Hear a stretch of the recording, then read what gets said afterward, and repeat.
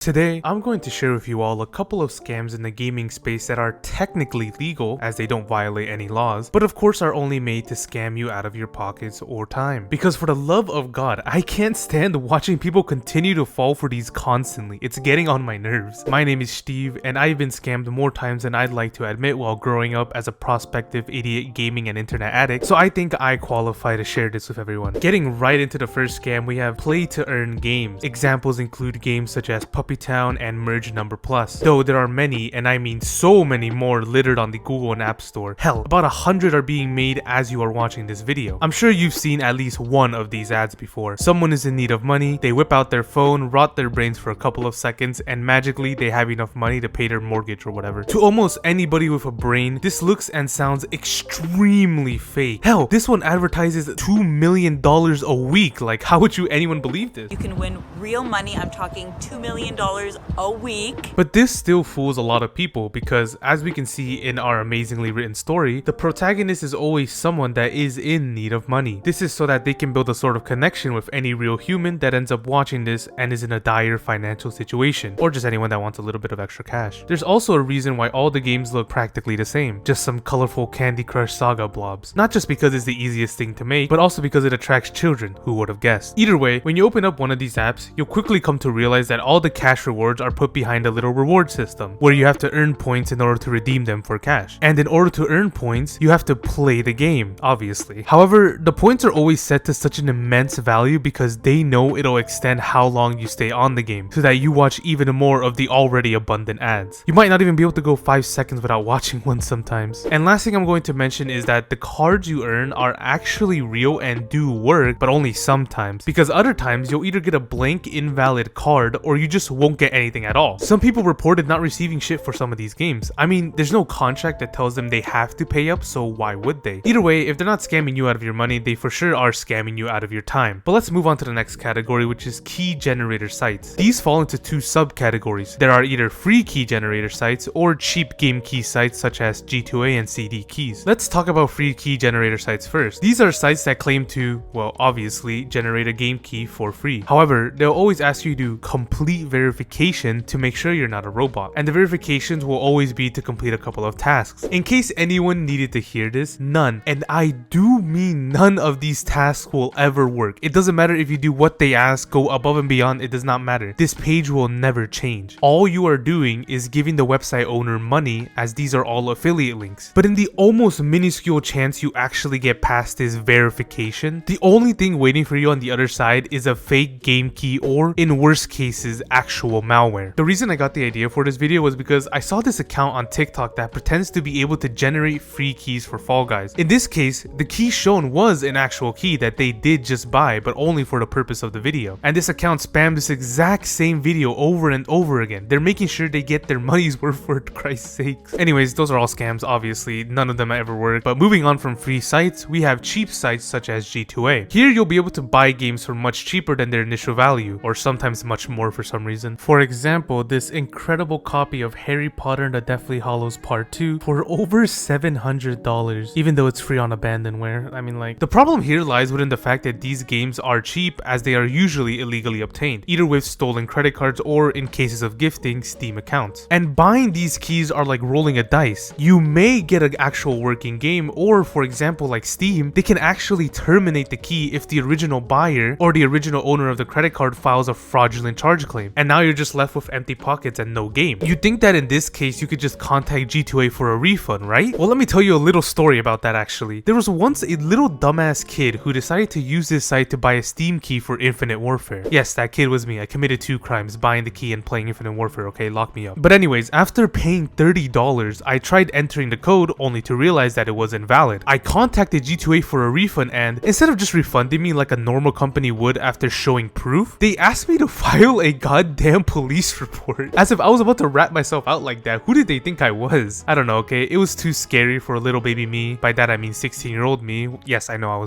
what a loser. And so I just never did. And my mother's $30 went down the drain. Yes, okay, I used my mother's credit card. Shut up. I got ghosted by McDonald's at 16 and never looked for another job after that. For all I know, I still work there. Anyways, this wasn't the first time I've used G2A. I've used it a couple of times, and I've only been scammed twice. The other time was when I was a kid and bought a USA Xbox Live code back when that was still a thing. And the code didn't even work in the USA.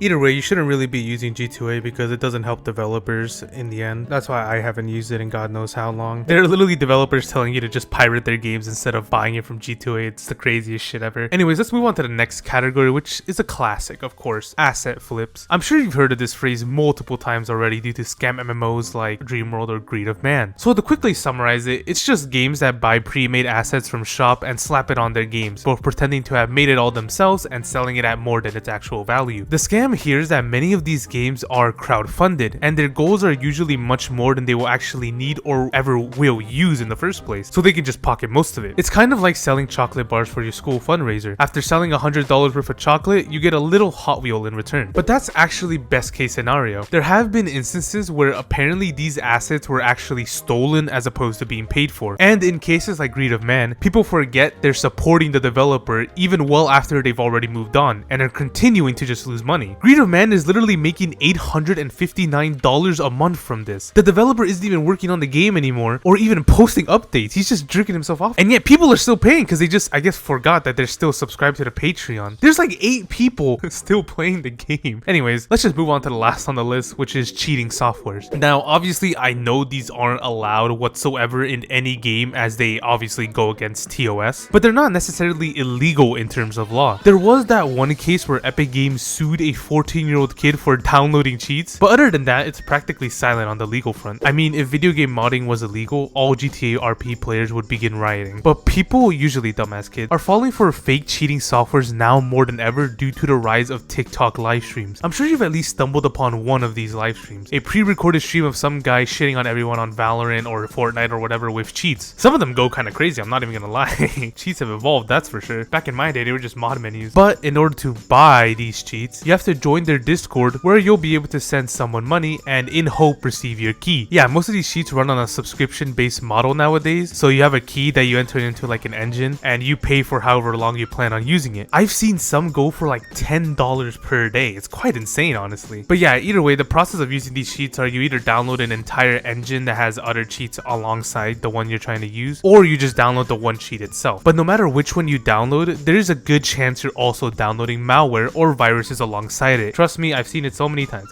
But that's even saying you get a download, because since these transactions are being done over Discord, they can, and usually do, just run away with your money. Sometimes the owner themselves will tell you to pay up and then just block you, or they'll bring in a trusted middleman, which is just their friend, and after you give the money to them, they'll just block you and laugh in your face. It's basically like gambling at this point. Don't buy cheats off Discord, okay? But that doesn't mean you should buy them off websites either. There are obviously websites that sell cheats, which are usually a little more secure, though that doesn't mean you can't get scammed. And either way, some of these cheats are so poorly made that you'll either get caught almost instantly after playing a match, or you'll just get banned before you can even load in. I know there are a godload of cheaters on Overwatch and Valorant, especially at the high level, which make it seem like they never get caught, but they do, trust me. Like, as ashamed as I am to admit it, I have cheated in games before, okay? Though I was so ass that they didn't even help me to win in the end. That's how fucking terrible I am. But I'm reformed now, okay? The last time was like 3 years ago, back in the quarantine era, when my mind wasn't working. I was better without cheats anyways. I was basically throwing away money at that point. And also, I know it's probably unnecessary to say, but I feel like I need to anyways. Don't fucking download free cheats, okay? They're free for a reason. You'll either get banned before you even close out Chrome, or most of the time, they'll just be nothing more than malware. But that's about it for this video. Please share to someone you think is stupid enough to fall for one of these, or, well, you know, to boost my views. After everything I've suffered through in my years of growing up, I deserve some love, you know?